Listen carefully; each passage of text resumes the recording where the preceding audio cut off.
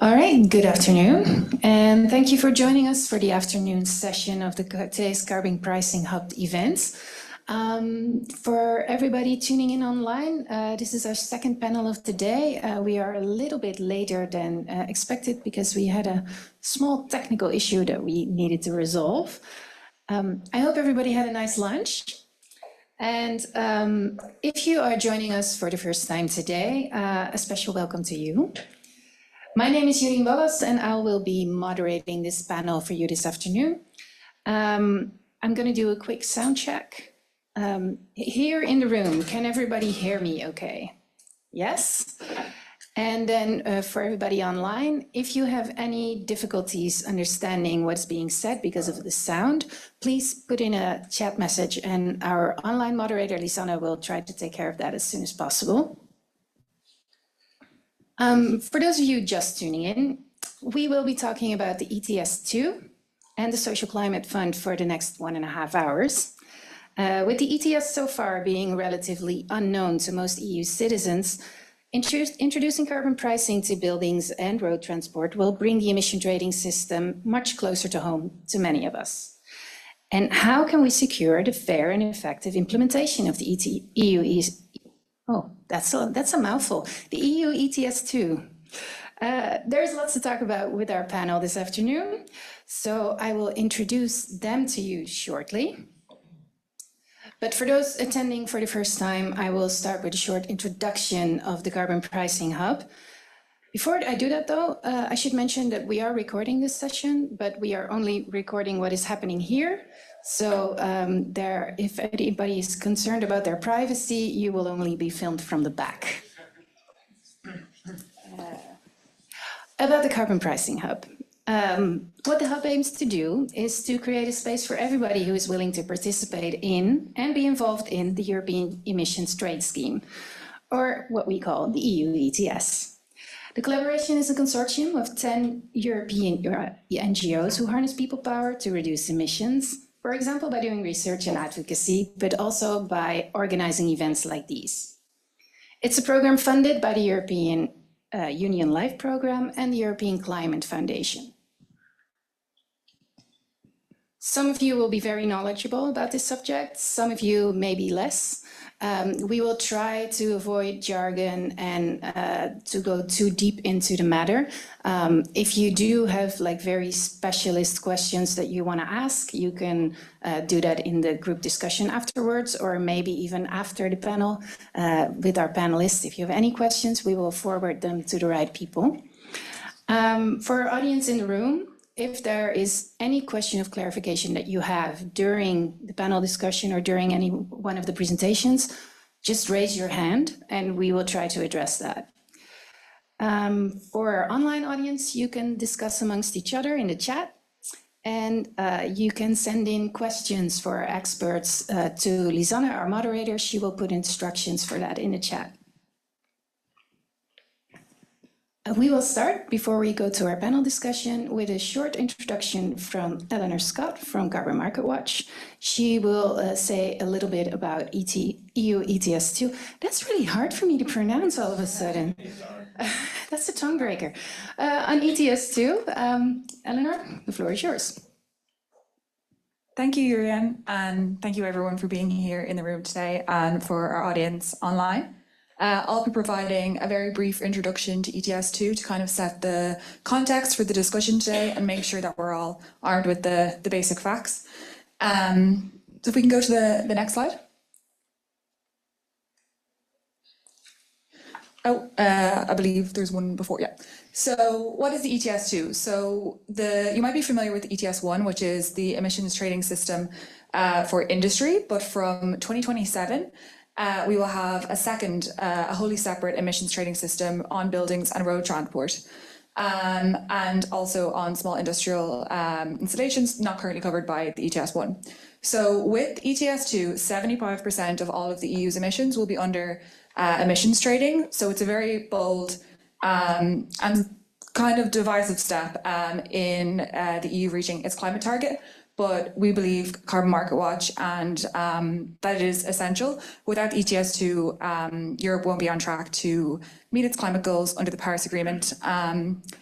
But in terms of the kind of factual considerations, it's an upstream system. So unlike ETS1, where the kind of payment for the pollution is at the point of use, it's at the point of sale. So that means that it will be felt by people in higher prices across fuel in their homes and in their cars, which brings us on to the kind of political contentiousness of it.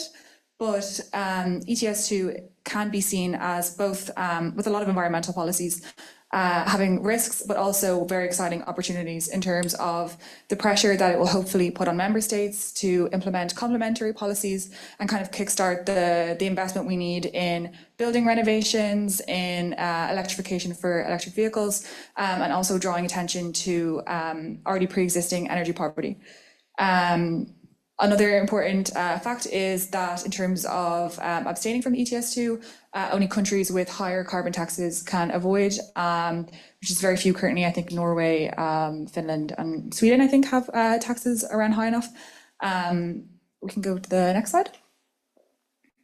So here is really where you can see the real reason why ETS2 was created. This is a recent graph from a report by the Eco Institute with data from the EEA, and you can see how slow the emissions across buildings and road transport have been to increase, actually increasing in recent years. So the ETS2 really calls into question this trend. And by putting a price on pollution in emissions in buildings and road transport, the idea is that we will incentivize investment in greener choices. But obviously, as we'll get into in the debate today, there's important considerations in terms of energy poverty and also people's ability to pay. We go to the next slide, please.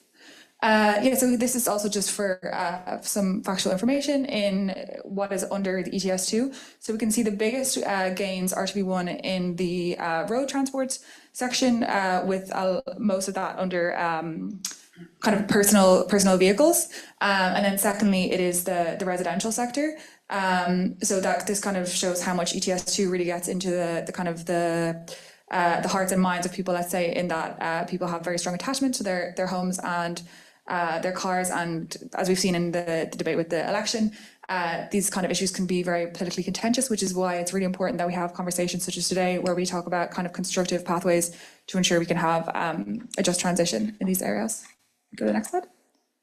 Yeah, so this is a graphical representation of the emissions trajectory under ETS2. So with the current linear reduction factor, which is kind of the rate at which the emissions are scheduled to decrease in the system, it should reach gross zero by 2044. But it really can't be stressed enough that the ETS2 will not solve everything on its own. It is a tool that will put pressure on member states to implement the policies that we need to see on the ground that will then lower pressure on the ETS2 price. And yeah, also questions of equity and accessibility. So it'll be so important for member states to ensure that it's not only those who can afford upfront costs who get to partake in this. And then a very important consideration also is we've lost the slides. One of the reasons why the ETS2 was created in the first place, which is to create a source of revenue. So in the first 5 years of its creation, with an estimate of €45 per pollution permit, which is one of the estimates within the Commission's impact assessment, but there are also others.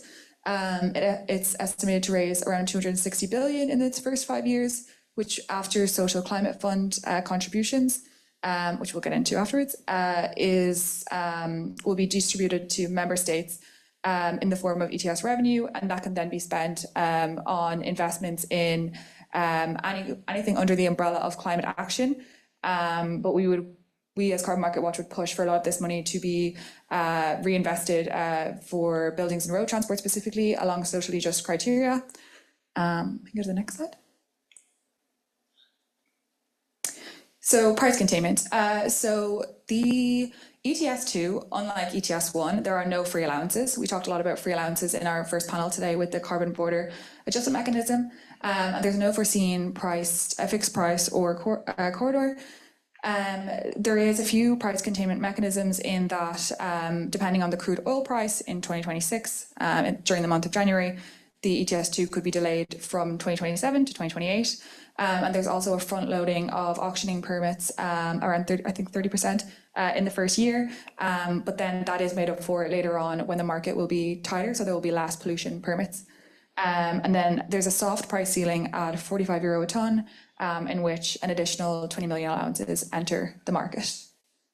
We go to the next slide. Yeah, so I mentioned briefly that the EU ETS2 kind of requires a lot of constructive consideration and debate and a lot of focus on basically working now in order to ensure success later on. In terms of the challenges, the ETS2 is levied at the same price all across the EU, which means that lower different income groups. And this, I think maybe me to wiggle the mouse. And this means that there needs to be special attention paid to this when it comes to providing direct investment and support, which is why the Social Climate Fund was created, which Milena will discuss shortly. Yeah.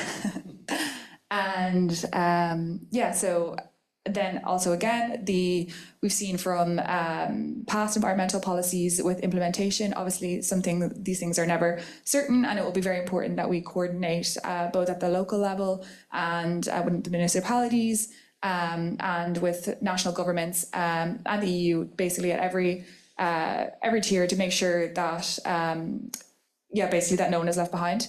And within that, when it comes to spending revenue, there will be a lot of questions around the need to provide kind of support in the immediate period, and also the kind of the lead-in time that it takes for investments to be paid off, in terms of it takes time to retrofit houses and it takes time to install renewable energy infrastructure. And then finally, as we've seen in the elections, public support for climate policy can be tricky sometimes, but also the results, I would say there's hope in there. A lot of, the majority of people did vote for some climate policy, and we have to focus on that. And then in terms of the opportunities, so ETS2 is a very bold and important step in reaching our EU climate target. We need it, essentially.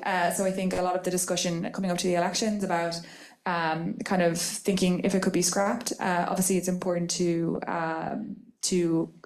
discuss the underlying considerations that are kind of fueling that rhetoric, but ultimately it is an essential part of the EU's climate target, and we shouldn't shy away from issues like energy poverty, which have been existing before the ETS2. We can use this as a chance to have another source of revenue and a really direct source of attention on it, and to show that kind of climate action and fighting energy poverty can be really connected. Which brings us to our next speaker, Milena, who will go a little bit further into the Social Climate Fund, which is, I'll just say the link between the ETS2 is that the Social Climate Fund will be funded with ETS2 revenue. So 65 billion from ETS2 revenue across ETS1 and ETS2 will fund the Social Climate Fund, and then member state co-financing of 25% will bring up the fund to nearly 88 billion euro. And yes, I'll allow Milena to discuss this further. Thank you.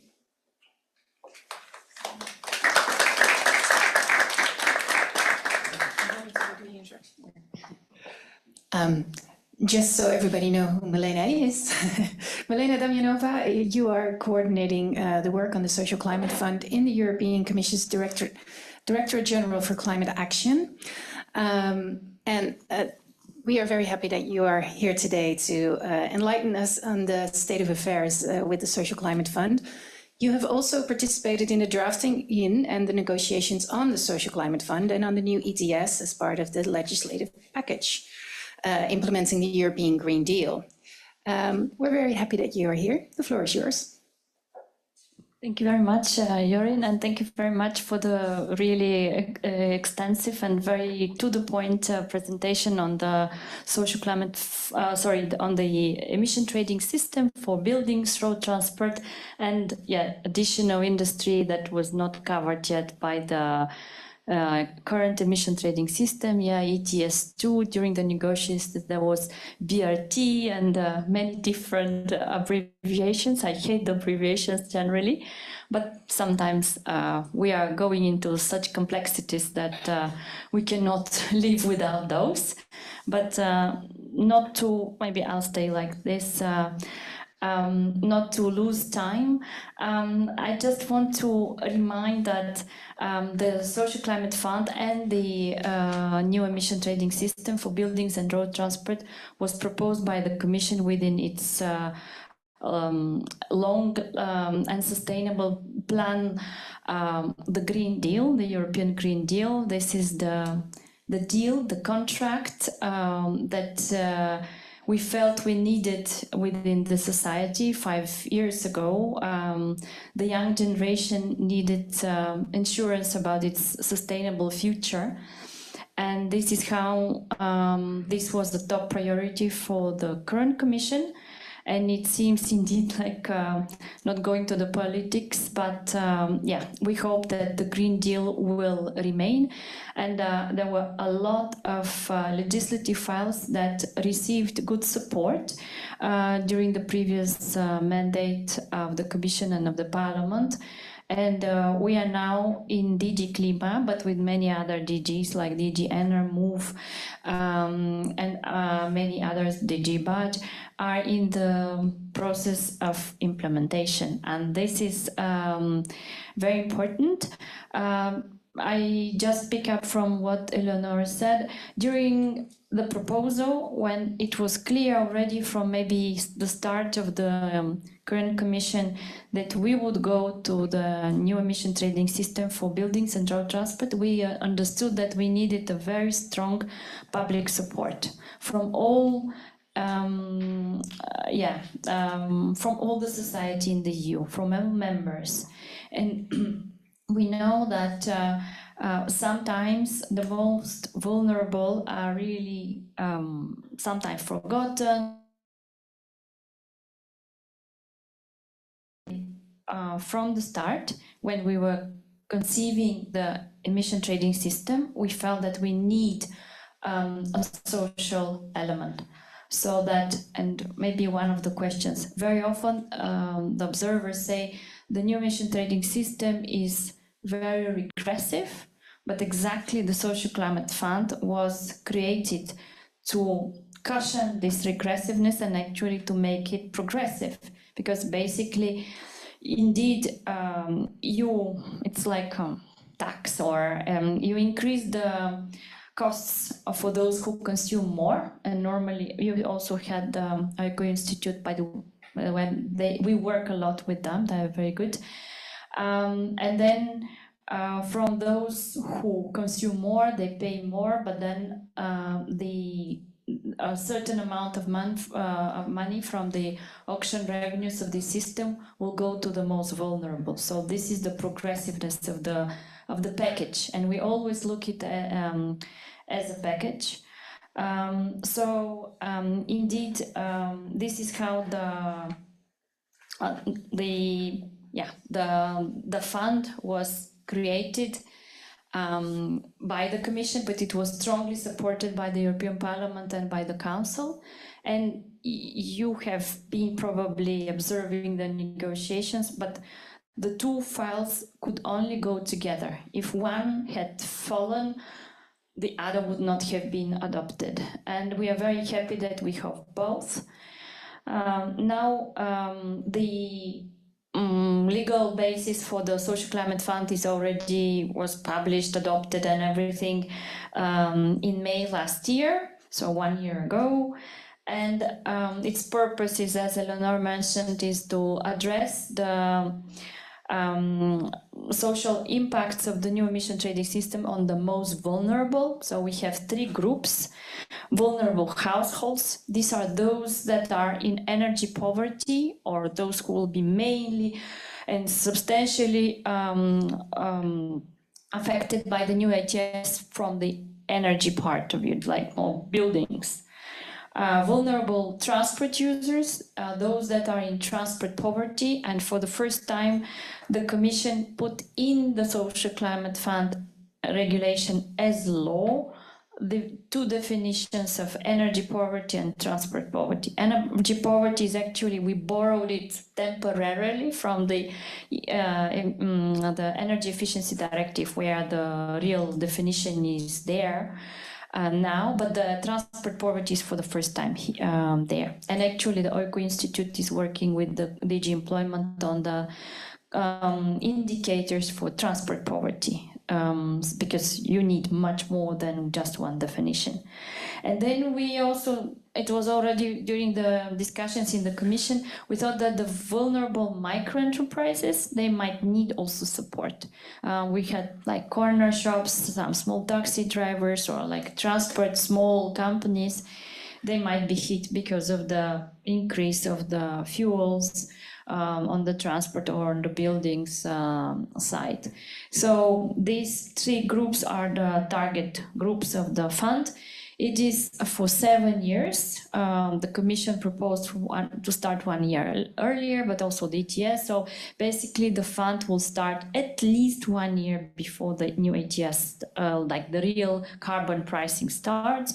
As Eleanor mentioned, the ETS 2 will start either in 27, the real auction, like carbon pricing, because from next year, the regulated entities, so the fuel warehouses, they will start reporting on the fuels that they have been selling, so that we correctly set the limit of the allowances, so-called cap, for the ETS2, but the real trade will start of allowances will start from either from 27 or from 28, as Eleanor mentioned, if there is a high gas or oil prices in 26.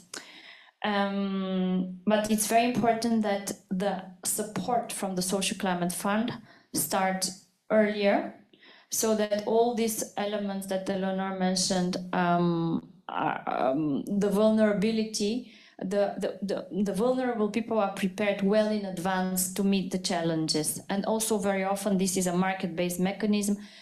The market players might price in already and anticipate the price increase. So it will not happen on the 1st of January 27 if the carbon pricing starts then. There might be. So we need to prepare the most vulnerable groups so that we don't leave anyone behind. They should not be just a nice slogan in the Green Deal. It should be real, and we have this here as a very high level, like the Commission in the college, the Vice President Šefčovič and Commissioner Hoekstra. We don't want any red tape. We want to make it really workable, and reaching the money of the fund should go to those that need it. The fund itself will be 65 billion euro for 7 years. But as I will explain later, the member states need to top in 25% of all of their overall plans, and then this will mean that the fund will generate at least 86.7 billion euro. That's a lot. Maybe this money, there were a lot of discussions in the parliament, you have heard, this is not enough, the green transition, we need much more, also for the transition, the reskilling. But this fund was created for concrete purpose with concrete targeting, and we are sure we will not be able with this money to finance all the needs, but there are other funds and there are other opportunities, including the funds that Eleanor quoted as calculations around what 250 or 260 billion euro for the 7 years of the start of the system. So if we more or less get 25% more or less of this revenue for the financing of the Social Climate Fund, the rest is in the hands of the member states, and they can also the Social Climate Fund is in their hands. They have to produce plans, so it is a plan-based, performance-based, and reform-based plan. So the member states need to prepare by mid next year their plans similar to Recovery Resilience Facility. This was actually the model that we were inspired by at the time in 21 when we drafted and conceived the Social Climate Fund. In these plans, the member states need to provide quite a lot of information. They need first to analyze the effects of the new emission trading system, mainly on the most vulnerable. So there should be a very good analysis on that. They should be very well identifying the vulnerable groups, so who they are and how many more or less are they, and also who should be able to apply for this and how do you reach those most vulnerable. And of course, the member states need to identify the measures in investments that they think will best address the needs that they have identified, or the effects of the new ETS that they have identified. So everything is interlinked, and also the member states need to indicate what will be the expected results from these investments and measures, so-called milestones and targets they have to put it in. It's a policy-based instrument because it's not just isolated instrument. It's, of course, its main objective is to offset in a way the negative effects from the new emission trading system, but it should be coherent with the national energy and climate plans, which are actually due as final versions by end of June this year. We even thought about submitting them together, but okay, there is 1 year delay, which is maybe good because we perceive that NECPs, the National Energy and Climate Plans, would be the reform framework and the Social Climate Fund will be the focused investment plan for the member states, concretely for the Social Climate Fund and the ETS2. Unfortunately, you have maybe seen the assessment of the Commission on the NECPs. This was not so well, at least in the drafts, and we have many bilaterals where we are assured that first in the computing scenarios, the ETS price is well taken care of in these calculations, and then there will be a good chapter or some information how they envisage implementing the Social Climate Fund. And of course, performance-based, as I said, like the Recovery Resilience Facility, the Commission will pay directly to the member states, but only once we are convinced that the milestones and targets, or the results that the member states promise they will reach with this support, are achieved. And if not achieved, we will not pay. This is how it will work. And what can we finance? Of course, the main elements are the financing on one side, the decarbonizing of the building sector for the most vulnerable, like to reach them. Then the transport, again, the most vulnerable. Pending all these so-called structural measures, we would also provide direct income support. This was inevitable. It's maybe one of the first so blunt funds, EU funds, to provide direct income support. Maybe later I'll explain, but basically we are not leaving the member states alone with this. And we have a lot to share with them how they can do better their plans. I think during the discussion, I can further elaborate on some of the points. Thank you.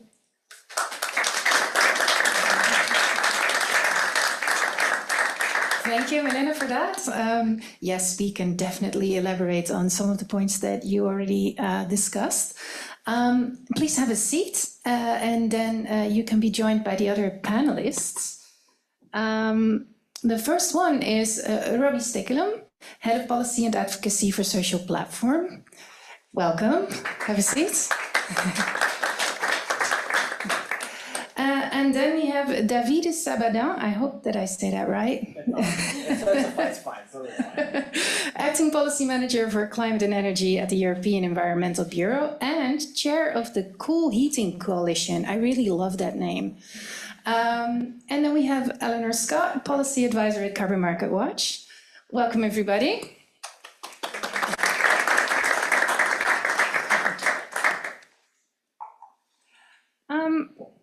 We have gotten to know Milena and how she feels about certain issues already a little bit.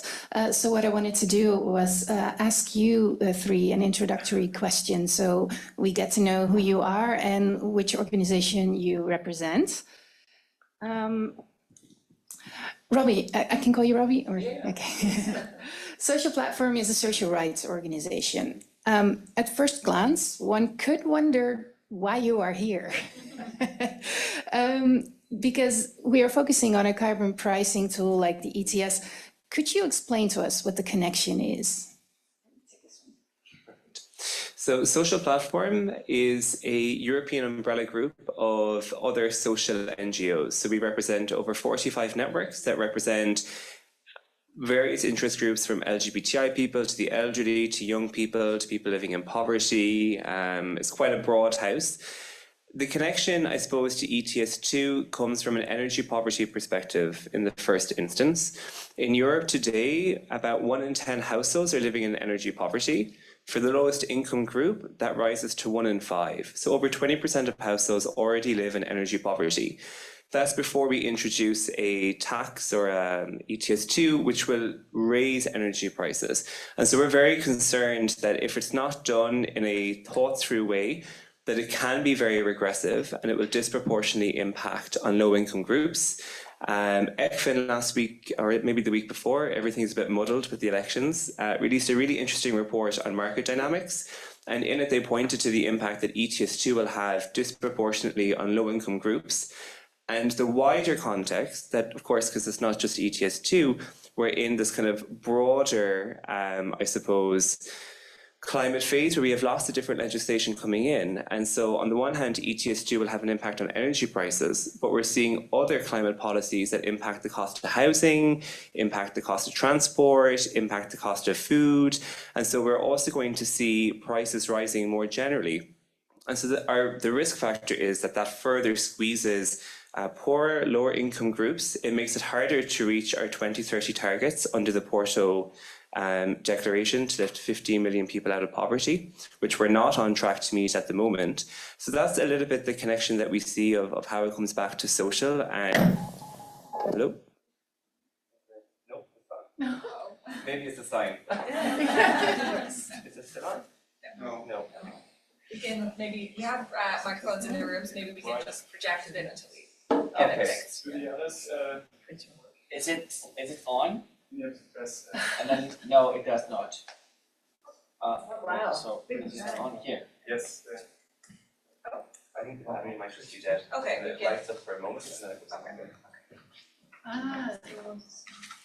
I think we can still hear with the room microphone. Yes. I'm just gonna look towards the camera for the online audience because I know that everybody here will be able to hear us. Lisanna, could you check if we are still audible for everybody? Okay. Yes. Great. So we're gonna move on, but as soon as we have a solution, maybe you're all ready. Let me check. Oh. So, yeah, it's not sure if this is the solution. You lower it down. Can you turn it down? The mic in the room is also working if you want. Yeah, Yeah, maybe we don't need it. I'll take this off. Yes. Wonderful. I hope you all have very clear voices, please use them. You were actually at the end of your introduction, which made it abundantly clear why you're supposed to be here, so thank you. Then moving on to Davide. You're an expert on heating and cooling in buildings. What would you say is the significance of ETS2? Will it change the way we build things or change the way that we use our buildings? Or do you see a completely different effect? Well, I have to say that ETS2, when it comes to stick and carrot policy, let's say, it's been kind of left alone by the fact in the context of the general framework of 55, all the other pillars of decarbonization of heating and cooling have been somehow watered down or eliminated. I could mention the eco-design of heating and cooling, the heat pump action plan, and the phase out of fossil installation in the energy performance of building, and it kind of felt that just played along with something that happened a year and a half in Germany particularly. But I mean, it kind of was a stone in the pond. It created a lot of waves that particularly went in the direction of Brussels, where a few things went. So back then, the ETS2 and the social climate plans were already on track, and at least they've been finalized. And so we've been studying a lot with the help of some consultancies how we decarbonize heating and cooling, and indeed it's because for us it's always been a primary issue. I mean, 35% of the emissions, 40% of the energy consumption in Europe is about heating our homes. Okay, there's no decarbonization, there's no carbon neutrality without tackling, I would say, first and foremost this part. Okay, which is the one that has technology ready. Okay, but aviation is much farther away. But at the same time, we've seen a lot of backlash on this. And so we see also that there are some member states that are doing zero. Some member states, in long years, have been giving you 100% of the cost of the renovation. Okay, I mean, I'm coming from Italy, and that was the case. Okay, a lot of discussion about that, and then there are other member states. I mentioned Romania and Estonia have zero incentives for either fossil fuel heating or renewable heating. And then you get like 10 member states back to September again. It was like last year that had still member state fossil fuel heating subsidies, and some 25. So I mean, there's a mixed bag, and most of these helps and are not particularly suited to do the job. Most of them don't have any social tweak, and so I mean they're kind of universal, and they don't really look at who the money is going to. Okay, and the majority of them is not enough, because if we look at the payback time, if your gas boiler or oil boiler breaks down, and you want to go for an alternative, which is maybe a heat pump plus solar, for instance, okay, and then you have confronted with either a fossil fuel boiler and a heat pump, and then both get, I mean, some sort of financing, then the extra cost that you go for a renewable one, only in like 10 countries, it pays back in 7 years, meaning that you get some savings after that, right? And then in 3 or 4 countries, pays back within the lifetime of the product. And then there's in 10 or like 7 countries where it doesn't even pay back in the whole life of the product, meaning that it will never come back the money to you, okay? Because there's zero incentive from the state, zero help, okay? And the difference between gas and electricity is not enough. I should also mention that we can kiss goodbye the Energy Taxation Directive, and that was a good idea, but it's dead. So it is now. We'll see about the next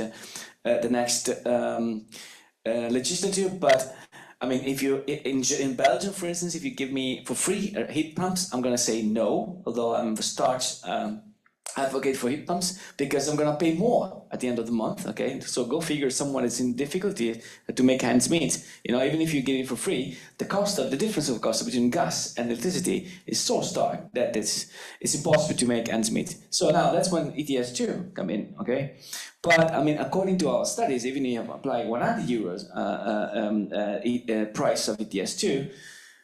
I mean, unless you really step up the incentives at the upfront costs and the free loans, etc., I mean, it's not really making a big difference. It's still a problem of upfront cost. This is the major issue. So, ETS2 is and the social climate plans. I mean, I agree. There's a lot of money out there. I mean, I like to compliment what you just said, Milena. That not only there's 260 billions there that.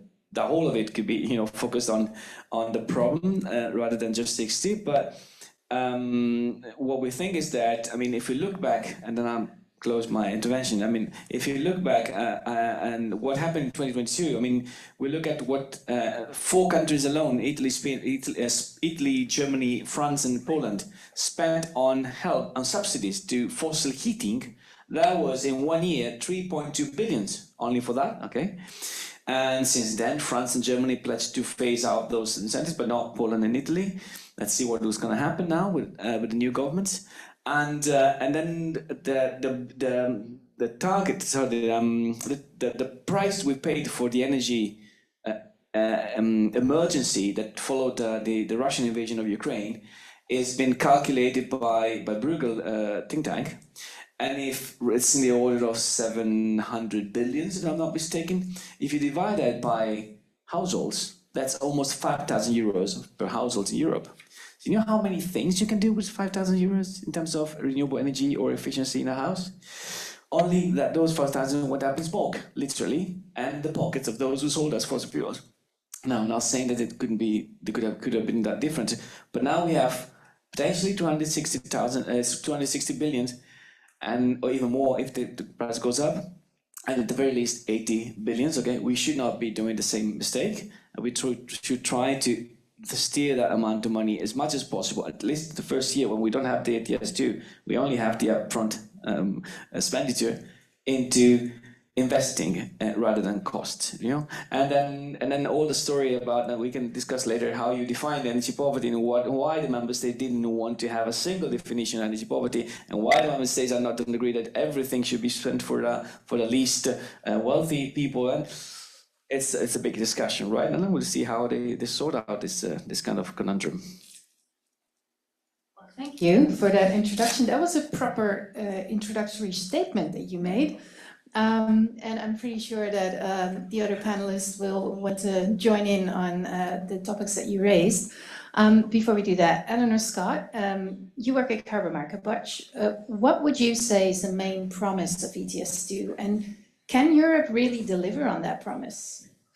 Thank you. I think I'd like to add to what Davide said in terms of kind of changing basically the status quo, like as we've seen with Russia's invasion of Ukraine, fossil fuel companies profited from the sky-high energy prices and this exacerbated energy poverty, whereas now I think the promise of ETS2 is really that we're going to put the hands of that, you know, potential increase in energy, that money will be returned to member states and can then, or it should be, directly channeled into overcoming upfront costs, as we said. I think to get more into the complications of it, and Davide mentioned a lot of the kind of national differences, I think there will be a lot of work to be done in the social climate plan process to make sure that member states are really taking these into consideration. Fianza, the organization that work with homelessness in Europe, they've been doing a lot of really interesting work in Hungary and looking at like different problems that come up there. Like just for example, to show like kind of the complexities of what we're dealing with is firewood, which is not included in the ETS2. I think 50% of lower income households in Hungary use firewood really regularly to their homes. When the ETS2 is introduced, that can then lead to kind of more people burning things that are not firewood, because as we've seen in the energy price crisis, the price of wood tends to increase when other fuels increase. So that can kind of have knock-on implications for health, in terms of air pollution. And then also in the Hungarian case, a lot of homes in Hungary are built with like mud, not a lot, but a significant proportion of homes are built with mud brick. And those homes might not be considered in terms of banks for financing, which is another huge issue when it comes to dealing with upfront costs. So I think the promise of ETS2 is very bold, and I think the idea that it will really cause us to reconsider the energy poverty and basically one of the root causes, which is our reliance on fossil fuels and reliance on companies which have historically shown that they're willing to extort the energy poor. Thank you. Back. Thank you for that, Eleanor. I do wonder though, how do we balance the need to protect people's standard of living in the short term and the need for the long-term investment to deliver emissions reduction? That's basically a question for all of you, because from what I'm hearing, we all want the same thing, but there's almost insurmountable problems that we need to tackle first. So how do you view that? Where is the balance? Where does the balance lie? I could maybe just say something quickly. I would say not insurmountable, but we will be very, very busy over the next while. But I think, yeah, when it comes to balancing the need for temporary income support and direct investment, I think it's also written into the Social Climate Fund legislation that the temporary investment will be needed, but that it should be decreasing over time. So, as the ETS2 gets started and as really in the first years of the Social Climate Fund, we will really need the investment to be made to ensure that the most vulnerable are insulated from increases in price. But then also we do not want to see a situation in which we have like a two-tier transition where only if we're giving direct income support to lower income groups and not providing them with the resources that they need to actually decarbonize, so providing them with direct investment subsidies, then only the more wealthy will be able to achieve decarbonization, which doesn't make any sense because then they will then be insulated from the ETS2 price. So it really is a delicate balance. But I think, as Milena might have mentioned, 21% of the Social Climate Fund can be spent on temporary income support, I think around that. So there will be a considerable amount of direct investment made. It just needs to reach the right people and through the right channels. I don't know if Robbie, maybe you would like to add. Yeah, sure. It's definitely a very difficult line to balance, I would say. I think if you need to take a step back and think like, what is the purpose of ETS2 overall? And it's to reduce carbon emissions. And I liked what you said earlier, Davide, about it being a carrot and stick approach, that you need to incentivize people, but you also need to maybe penalize people as well to get their behaviors to change. But I don't think that attitude or that mindset will work with poor income households, because if you work with people who live in poverty or organizations that work with people who are living in poverty, they're already using the least amount of energy possible. And so if we say ETS2's purpose is to get them to reduce that, they can't. And I'm not being exaggerating, and I'm not being hyperbolic, but in Europe today, there are people who choose between a hot meal, a hot shower, and a warm home. That's the reality for many people who live in poverty. And so I think there has to be space to say, okay, ETS2 is coming in, maybe it's getting middle income groups to change their behaviors more so than low income groups, because they've already changed their behaviors when it comes to their carbon usage. But then how do we effectively make sure that the lowest income groups are getting the resources they need? Cash transfers are something we're really supportive of. I understand they can be seen as being quite controversial. I think you said 21%, but I think it's 35 or 37% even that can be used in direct cash transfers. But I'm sure you also know quite well. And then some people say, that's kind of throwing money away, that you're just going to give money to households. It's such a small pot of money in the Social Climate Fund for what we need overall, that we shouldn't give it in cash transfers. But I think that also misses the point on the social justice element. There will be people who will be pushed into further energy poverty. If people have to choose between, hot showers, heating their homes, and hot meals, that impacts their health. It can push them into further poverty. So we need to be able to say we have to give them the cash transfers. But the question is, how do you do it in a way that is structured? And so we're not saying, just give out free money, of course not, but we need to think through how much money are we giving, to who, and for what purpose, and what is the gap. So we say cash transfers will happen for a 2 to 3 year period, and in that 2 to 3 year period, there is a plan to get those homes retrofitted. There is a plan to make sure that we can facilitate people's transition from fossil fuels to heat pumps or solar panels or to whatever other energy sources do we want. But even within that, it's rather difficult. It's not just, what Davide was saying a moment ago around the cost element, but if you live in a really poorly energy efficiency home, a heat pump isn't worth anything to you. So it's also a case of we have to renovate the homes to make sure that if they go for a different energy source, it actually is economically beneficial for them. So there's all these, I think, different levels of systems that we need to be thinking about as we go through the next couple of years. And maybe just to say a little bit about why I think that's particularly important when it comes to ETS2 to get the social element right. I think we've all seen the elections over the last couple of days. There has been a growth in the right and far right, which has come at the expense of the Greens. That happened in 2024. You can absolutely bet that the far right are going to use ETS2 in the next election as a hook, and it will be labelled as an EU tax on your heating. The EU is taxing your energy consumption. I think that is going to be a reality of what will happen. And I think we have to be really aware and maybe a few steps ahead and think, well, if we know this is going to be in their playbook, then we have to be able to mitigate it. And that means getting the Social Climate Fund right now and making sure that the resources go in place. If you look at the AfD in Germany, over nearly 50% of their voters are people who have the lowest living standards. And so there's a huge correlation between the growth of the right and far right and people who just are being radicalized because they're being left behind. And so I think that's something to think about here. I think we're obviously focused on carbon emissions reduction, but we also have to make sure it's done in a way that's sustainable and at what cost, that we're not leaving people behind in the process. Thank you. Yeah, that was a pretty clear sketch of what needs to be done. Beyond proper implementation, so I understand, we need really strong storytelling then to encourage public support. Then what narratives can we employ to assure people that the potential for positive change as a result for ETS2 is there? Maybe, Milena, you have an insight on from a member state perspective, like how far along are they with their social plans, but also is anybody thinking about the narrative already? Is it there? Thanks a lot.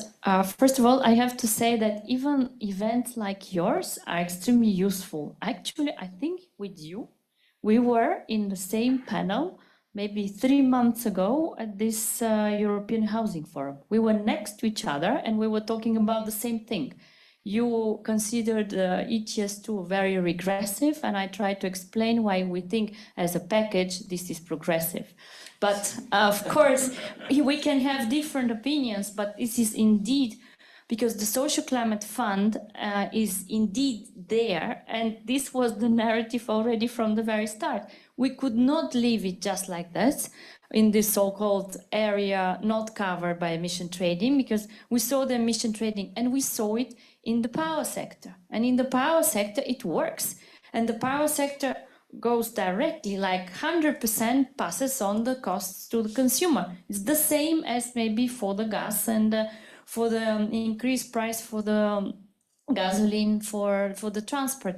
So it worked, and actually the power sector is one of the most progressive now, and they are actually complaining that maybe the industry is okay, they don't have free allocation. So that's why we suggested that, and the narrative and the understanding that we should not leave anyone behind, and the understanding that there are many people in energy poverty, and then also the Eurostat statistic came from 6.2 in, what was it, 21 to 9% people in energy poverty. That's a lot, but we need to go ahead, otherwise everybody will be poor if we don't have even the planet to live in, and it will be much worse. So let's face it, and we need really to have also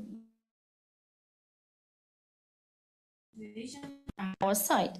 And this is then the role the EU and collectively the EU agreed on the Social Climate Fund and on the ETS, and now of course the implementation is for the member states, but the Commission is helping a lot. Already last year we created, because member states sometimes they leave, I mean, I'm Bulgarian, but not only, administrations tend to leave for the last moment, but if you are kind of encouraged by also stakeholders and also by the EU institutions to take early actions. So already last year we created an expert group, which every 2 months now, maybe every month, we meet and we constantly ask him, what is the institution that will be producing your social climate plans, and then that will be implementing them. That's the first starting point. There are quite good examples, even like Romania, Poland, and and other member states. The Commission committed already in the Social Climate Fund regulation that we will help the member states produce their plans. This is so-called technical support instrument. We have 10 member states that applied, and actually in 10 days we will have the launch of this project. It will be the first one from this. And there will be, we will start with analysis of what the ETS effects are, because member states administrations, sometimes they are lost. Even you can see on the NECPs, you are nodding negatively, but let's face it, they had problems. And we also helped many of the member states on the quantitative analysis on that. And the Commission also was supposed to facilitate the exchange of good practices, because let's face it, it doesn't start the installation of houses, the introduction of more efficient, energy efficient cooling or systems in the houses. This doesn't start with Social Climate Fund. We have many more before, even, and the RRF, Recovery Resilience Facility, had much more money on that. Whether it's the most efficient or not, but the solutions are there. The issue is how the most efficient solutions go to those who really need it. And the most important thing and the challenge, I think, for the member states is indeed how to identify the most vulnerable and to ensure that this money, that's the limit. It's not in limited fund, but then all this money goes really to them, and it's not just dispersed on some good to have or boutique profit go to the most vulnerable. And there, of course, that was also the Commission suggested the direct income support. We are aware that this is needed. The Commission did not suggest the limit. The limit was unilateral. Most Parliament and Council had unanimity on that, 37.5%. Personally, for me, this seems high, but this is the law. So, but on the Parliament side, the good point that they had is very important that there is maybe a hidden rule, but basically those who will receive direct income support, at least as a group, that should be, the member states should ensure that the same group is included already in the plans for the investments, so that they are not just receiving direct income support and when the Social Climate Fund finishes, that's it, and they are not prepared for the future green transition. But no, they will be helped at the beginning, because they cannot immediately face the problems with higher costs of their bills. But in the same time, and maybe the renovation of house would not be for 1 year, maybe it will take longer. We also had a very strong emphasis on the requirements for the eligibility, let's say, of the measures in investments with the do not significant harm. So this is very important, and but there are criteria for mitigation, how to make these actions, those that are really going to the point to decrease emissions of those most vulnerable, but also not to create more problems for biodiversity, circular economy, or adaptation. Today we had a presentation from our colleagues in DG Regio, and there in DG Regio, they acknowledged that there should be more projects, even at cohesion side for adaptation. And there we have guidance soon to be published for the do not significant harm. It's very ambitious, but this time we did it very well with good consultation within the Commission services, and we published, maybe you have seen in April, the call for evidence in general, and maybe, I don't know, next week you will have the fully fledged guidance and you will be able. And it's very important that the civil society is engaged. This is a must. So yeah, thank you. Thank you. I was going to ask you a question, Davide, but maybe you want to respond first. On this point of the communication, I mean, how do we communicate? I mean, let me be provocative here. I mean, if my bill goes down, you communicate very well to me. If my bill goes up, you communicate very poorly to me. Okay, that's the end. I mean, you know, that's I think particularly if you were a low-income family. I mean, that's certainly the case. Now, having said that, I do not underestimate what Robbie was saying about.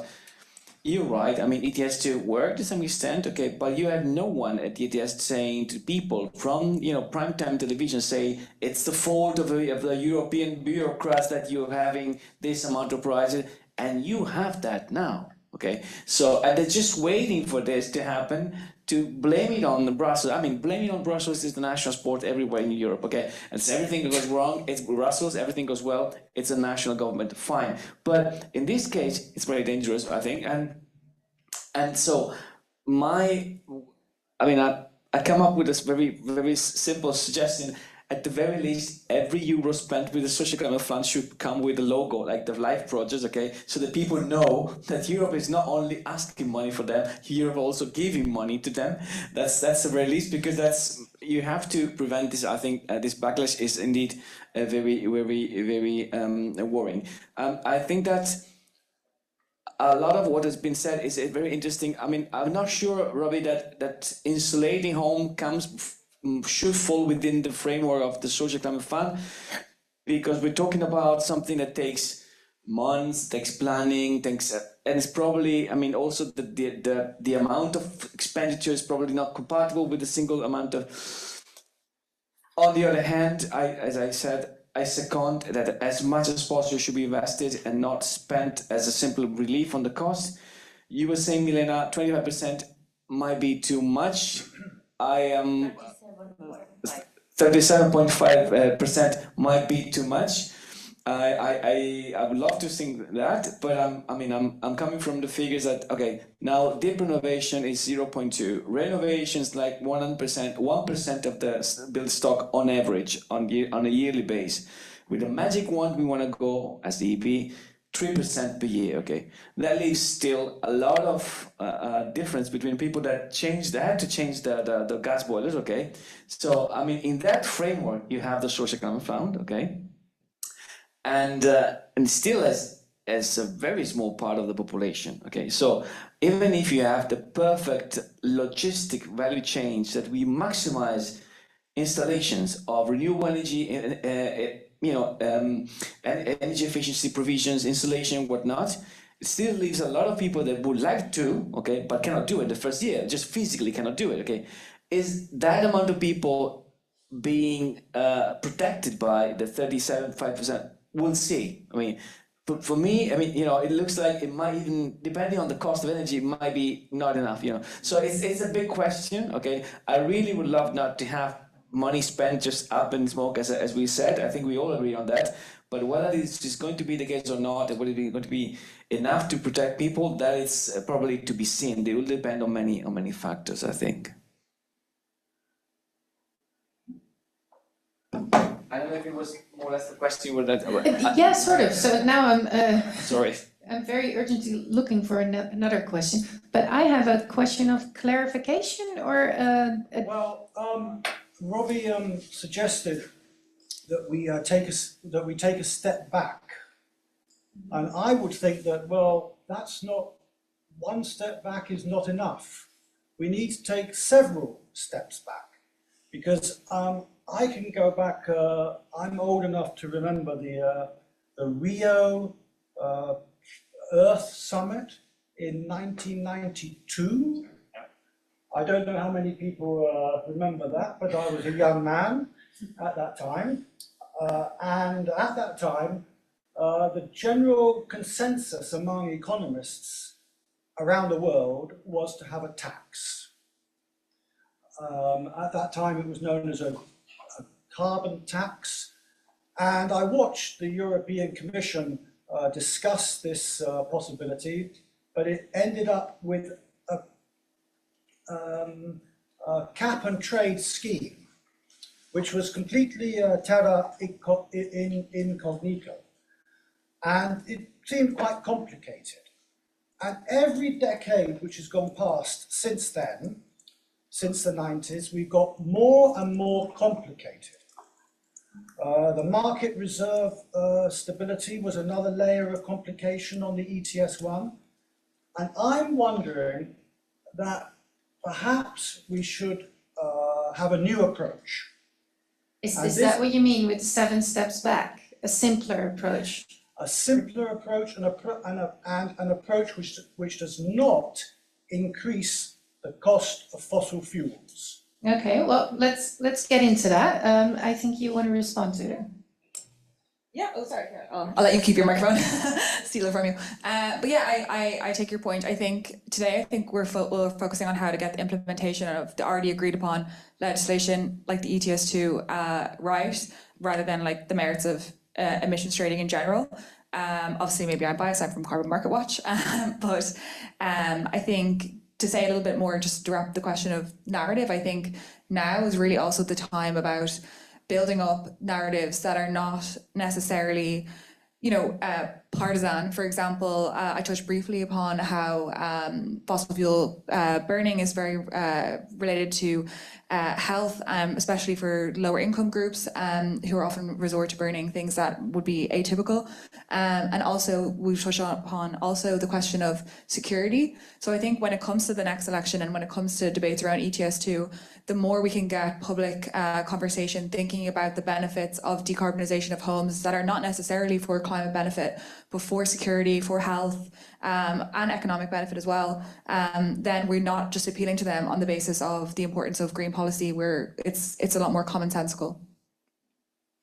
So you're saying that you do agree with the pathway towards the ETS2, but these issues of narrative and basically how you sell it to people, there should be some more interest in that, maybe with policy. Yeah. I think like a lot of fossil fuel companies will have vested interests in trying to get something like the ETS2 scrapped. So I think and they'll be putting a lot of effort into trying to build a narrative that is not in the best interest of the people. So if we can put more energy into building narratives around like cozier homes with lower bills, obviously backed up by fact, but I think that will be essential. Maybe just to build on that, it's not just, I think, industries that would be lobbying to delay and to get rid of ETS2. I think you actually sent me the link a few weeks ago of the head of the German Congress of Unions that was debating whether we should keep ETS2 because of the impact that it will have on low-income workers. So it's not just a thing that we have a risk coming from, maybe more right-wing voices. It could very well come from left-wing voices as well. I think narrative is important and it's there, but I think more important in this phase is getting the consultations right. I think we're all eagerly awaiting to see the guidance that the Commission will develop. I think it will be incredibly helpful to direct to Member States how they would approach things.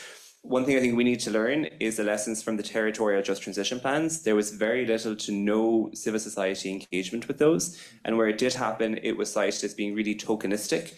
And I think if we're looking at the social climate plans at local, regional, national level, member states will have to do consultations with civil society organisations, not just from the green NGOs and climate, but also from social to, we keep saying nobody left behind.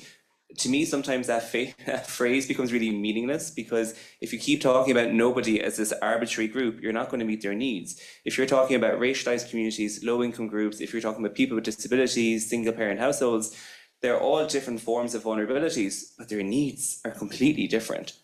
And so when we develop the plans, we need to be able to engage them and to make sure that the resources are being directed in the right way. I think coming back to your point about totally rethinking the system, I would be, as a social NGO, very happy to take a few steps back and to think about the bigger picture. I think the point I was trying to make more broadly was we can't keep looking at this from the narrow lens of carbon emission reduction. It has to be, what is the sell for society around what is on offer for people beyond lower carbon emissions, the type of green society we have that is embedded in social progress and in things like prosperity. And part of that is looking at the context that we're in. A huge part of ETS2 is related to the housing stock.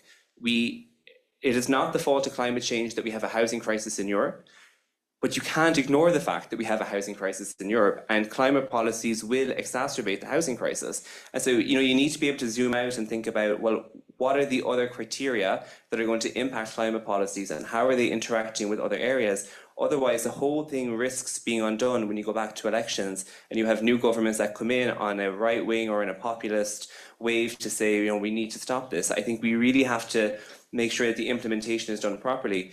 And from my perspective, if that means we go a little bit slower, but we get it right, then that's okay. But I also totally respect that for other green NGOs, there is no time. We have to go as quickly as possible. But the risk if you go as quickly as possible is you get things wrong and that later becomes undone. Maybe again on the participation of the civil society, of your organizations, this was a big emphasis, and we now again, when we go back to the member states on the national energy and climate plans, we ask, how did you do it? And then some NGOs that we also meet, they are not. Sometimes it was one-off event, like publishing somewhere, even the NGOs finding the latest version of the NECP on the Commission website. So for the Social Climate Fund, this is the Parliament was very vocal, and we have a specific provision on that. And of course, when the Commission will assess the social climate plans, one of the big elements, and it's not just tick a box, is to see how and what the feedback from the stakeholders was, and then how this was taken into account in the final version. And we also, the Commission is supposed to provide like examples of good practice on how to do this kind of consultations, and we had contract and then with the member states, and we hope soon, but okay, soon, maybe 1-2 months, to publish the results. And basically one of the big like advices we give together with our consultants is you should not have one-off event. You should start from the conceiving the ideas and brainstorming with your regional, local authorities, NGOs, social, like those that are even with youth organizations, disabled, or also some representatives of the industry, what they can do, so that at the early stage, then they do something, they check whether they understood correctly, and then final, at least 3-4 stages, you need that. And we have time, it's not like RRF, which was done overnight. So, but still, it's now coming to like the last finish, in a way, 1 year, and this 1 year goes quite quickly. But this is a key element. And again, the social climate plans are responsibility of the member states. And one provide plans if they wanted to get the money. The Social Climate Fund regulation states each member state shall submit a plan, and if they don't, they will go to infringement. So, because we know that in each member state there are vulnerable people, and vulnerable from energy, transport poverty, also micro enterprises vulnerable. So we need for them to ensure at EU level that there are such plans, and then once they have the plans and it's approved, they have the money. But it's not just, okay, some member states it's too difficult, we will not submit a plan, although for the RRPs everybody submitted, it was a lot of money. So there are certain tools built in what we have, but yeah, it's still a responsibility of the member states. Indeed, there will be the specific do not significant harm guidance. but the member states are best placed to suggest a coherent set of measures in investment to reflect what they need. Thank you. What I'm wondering about, in my mind, you would probably get way more plans than you can finance. Because if I were a member state, I would try and get all the money I can get. But maybe that's naive, but 86 billion, it sounds like a lot of money. But we have so many people in the EU. How is that gonna work? That people are actually noticing that there is a social climate fund and that it's there for them to help them? Shouldn't we have like 10 times as much money or maybe even more? I'm just throwing it out here, seeing what you think about that. Can I just say, I mean, we can, but sometimes it's more efficient to really target and to work rather than if you have 10 times more and then 10 times maybe less efficient, what's the point? And I underline the biggest issue for the Social Climate Fund is how to ensure the targeting. It's not per capita. And for the Social Climate Fund, the 65 billion is clearly distributed among the member states. And then on top of that money, they have 25% to top up for the measures, but they are free to top up more. And they have the revenues from the new emission trading system. If the price is higher, they will have more. But okay, with all, Eleanor, many thanks for the all caveats and all built-in systems to keep at least in the beginning. And also in the beginning, we have the intervention by the Social Climate Fund so that the social elements are really tackled. We did not have that when the ETS was introduced for the electricity, but we do have that when it's coming for the transport and for the buildings. I think it's also for the energy efficiency of buildings. If the issue is that how you do the energy efficiency, and there are many already solutions on the market, it's also a matter of organization, and this is very important for the member states. That's from me. Yeah, sorry. I think that I agree with Milena when she says we have to certainly define the priorities. That's one of the tasks of the national social climate plans, and I think that the guidance of the social climate fund will also have to be very clear in that respect. And because, as I said, it's going to be a very complex mechanism. You want to maximize investment, but that has to come within the limits of the offer of the investment capacity. Then you probably want to focus this investment in those who need most this investment and where it's feasible to do. And you don't want that to become a factor of inflation of the cost of the materials which you have witnessed at the same time.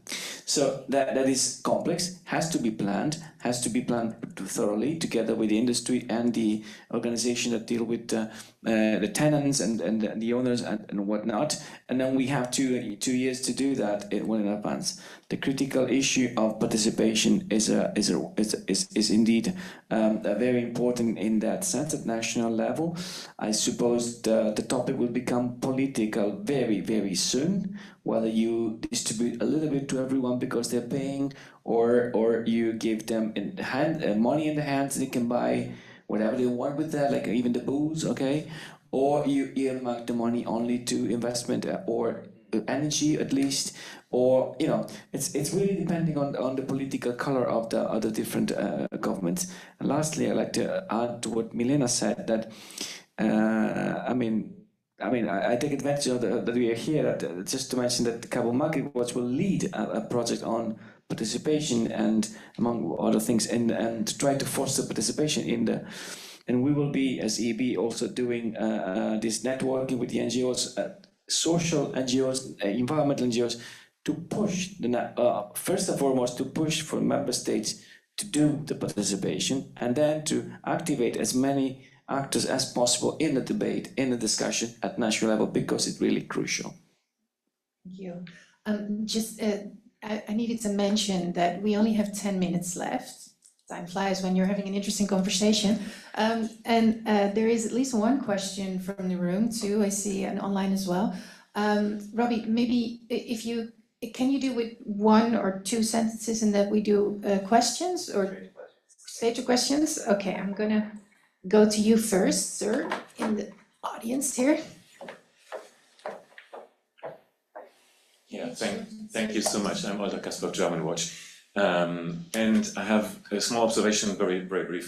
I think if we don't want to make the ETS, out of the ETS a growth program for AFD and the likes, we need to have the climate dividend as fast as possible, and probably more than there is room for that in the Social Climate Fund.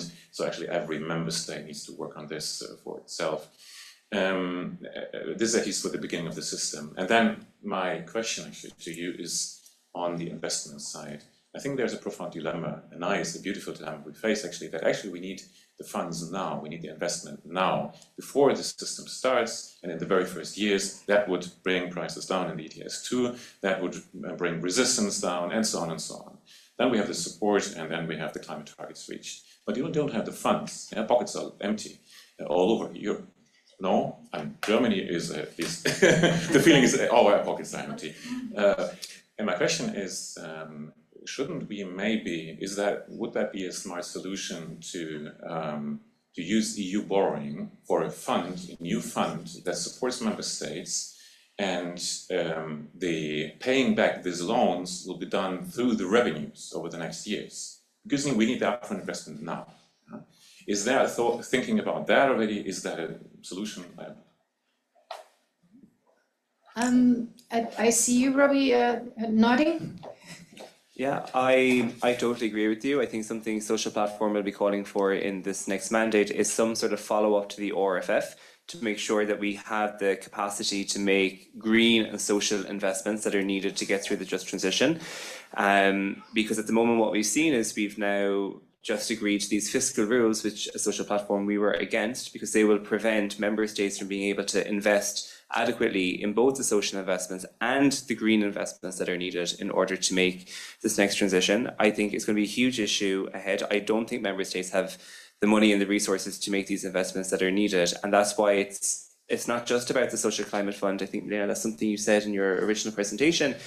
It's also about, you know, as Social Platform, we've had this big conversation, do we fight for more money in the Social Climate Fund? And I think what we've agreed is actually we just have to look beyond it to maybe the next MFF and looking at how are we investing resources? Do we have green conditionalities? Do we have social conditionalities on those funds? How are they being used?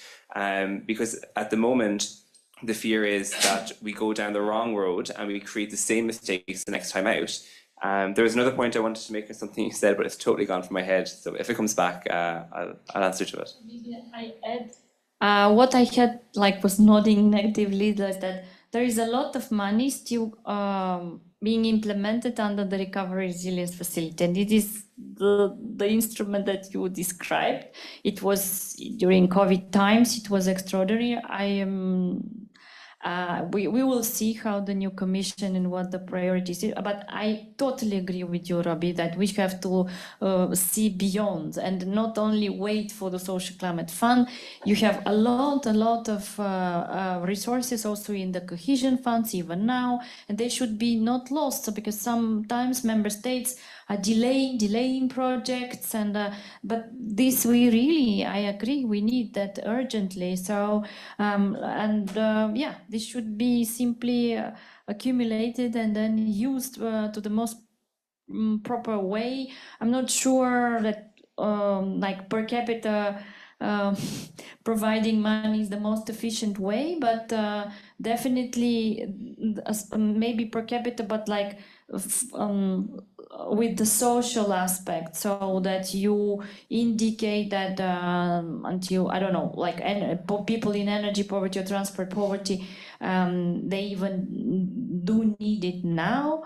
The social conditionality should be really, I agree, but there is even a lot of money now, but it's a matter how efficient this is used. Thanks. So you're actually both optimistic about that. That's good to hear. I have one question from our online audience. It's a general question.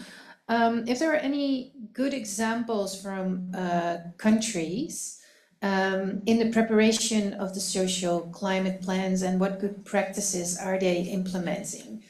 I don't know, maybe you want to comment on that, or? Yeah, I think we're seeing a lot of like emerging different policies that are really promising.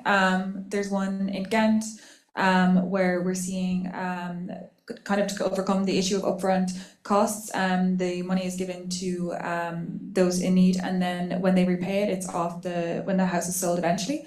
But even more fair perhaps could be like on the bill renovation financing, where it's repaid just like in very small installations, and usually typically it could be funded by a third-party institution like a bank or the energy provider. But I think also, because I think we talk a lot about buildings, and I think it's also important, like from the chart earlier, the transport is also a huge question, and obviously people need to get to work, people need to drive their cars, and transport and environment have done they're doing a lot of work on social electric vehicle leasing, and for as little as I think maybe 50 a month, they have in France a social leasing system for electric vehicles. And I think hopefully this will be an area that we'll really see more and more growth in, and more creativity, because it will be needed. I don't know if Davide, you want to add anything? Yeah, I just wanted to mention that I'm not an expert, but I hear that the carbon pricing in Vancouver in Canada is doing a kind of I mean, I don't necessarily abide by the rules they apply there, but there wasn't much of a backlash from a social backlash in that context. So that's not only Europe to look at.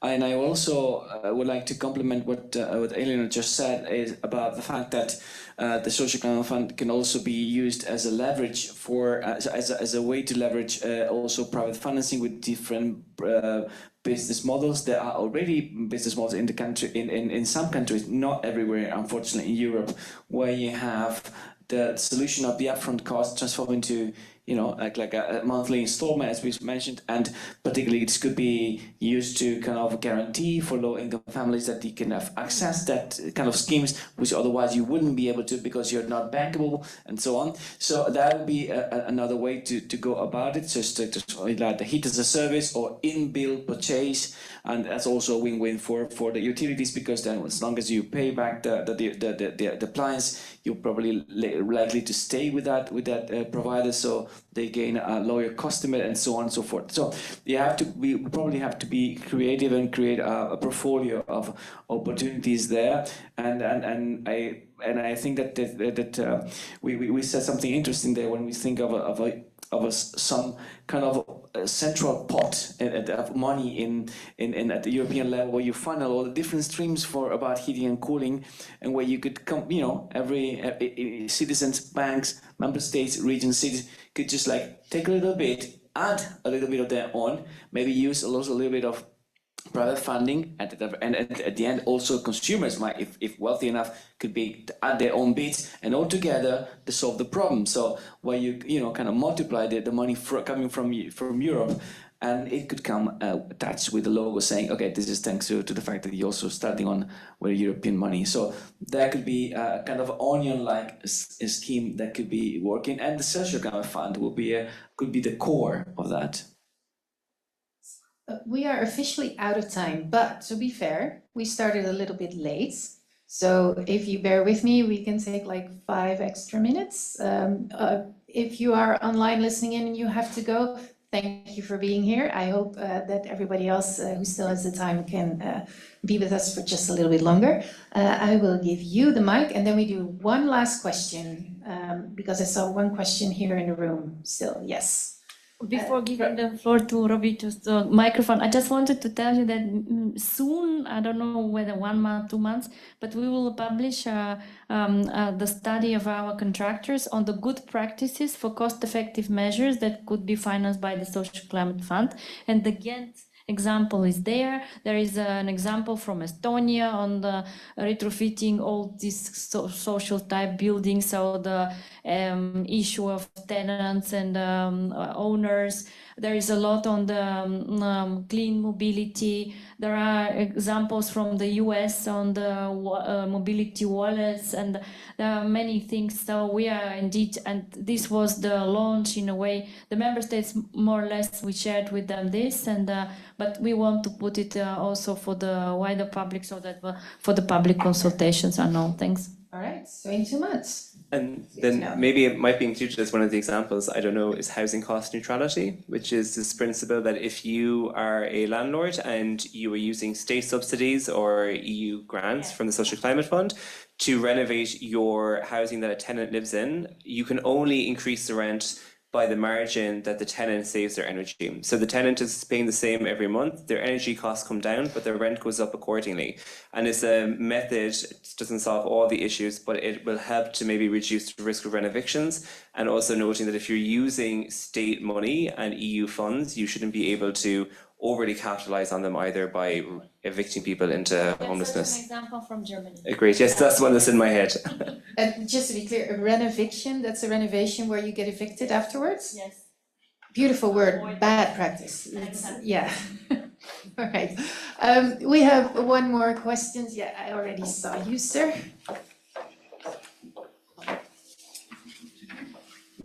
Hi, thank you very much. I'm Nikos Mandres from the Green Tank in Greece.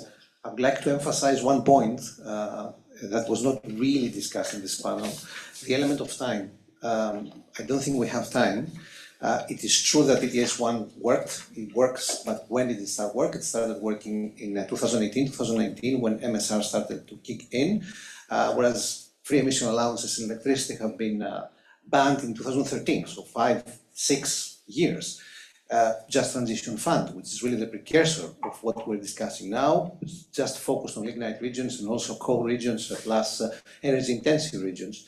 The corresponding law regulation was voted in 2020, 2021, it's 2024, and if you ask the monitoring committees, we participate in such a committee, nothing really has happened on the ground in several member states because it takes time.